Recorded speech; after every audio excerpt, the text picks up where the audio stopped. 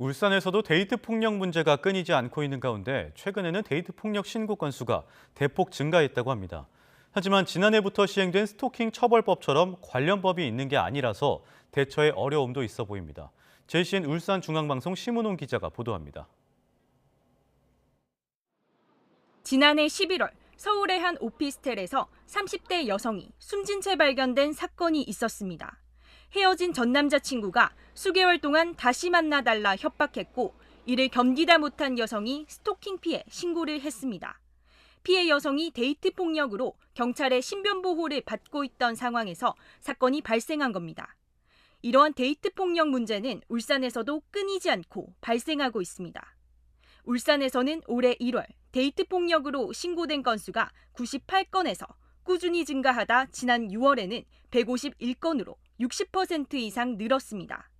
데이트 폭력으로 신고된 건수가 월 평균 100건을 웃도는 겁니다. 또 경찰에 따르면 같은 기간 신고에 사건으로 접수된 건수를 보면 여성 피해자가 많지만 남성 피해자 비중도 20에서 30%를 차지한다고 합니다. 신고된 건 중에는 피해 당사자뿐 아니라 주변에서 목격을 통해 제3자가 신고한 경우도 많습니다. 국민들의 인식 변화와 더불어서 이게 스토킹 법이 제정이 됐잖아요. 데이트 폭력도 마찬가지로 친밀한 관계에서 발생하는 폭력에 대해서도 우리 국민들의 인식 변화가 있고 거기에 발맞춘 제도적 변화가 같이 일어나야 된다고 생각합니다.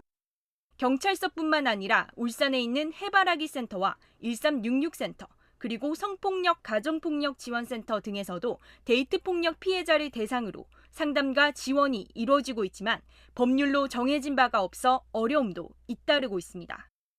연인 간의 데이트 폭력 문제가 꾸준한 만큼 당사자뿐만 아니라 타인에게도 적극적인 관심과 신고가 필요해 보입니다. JCN 뉴스 심은홍입니다.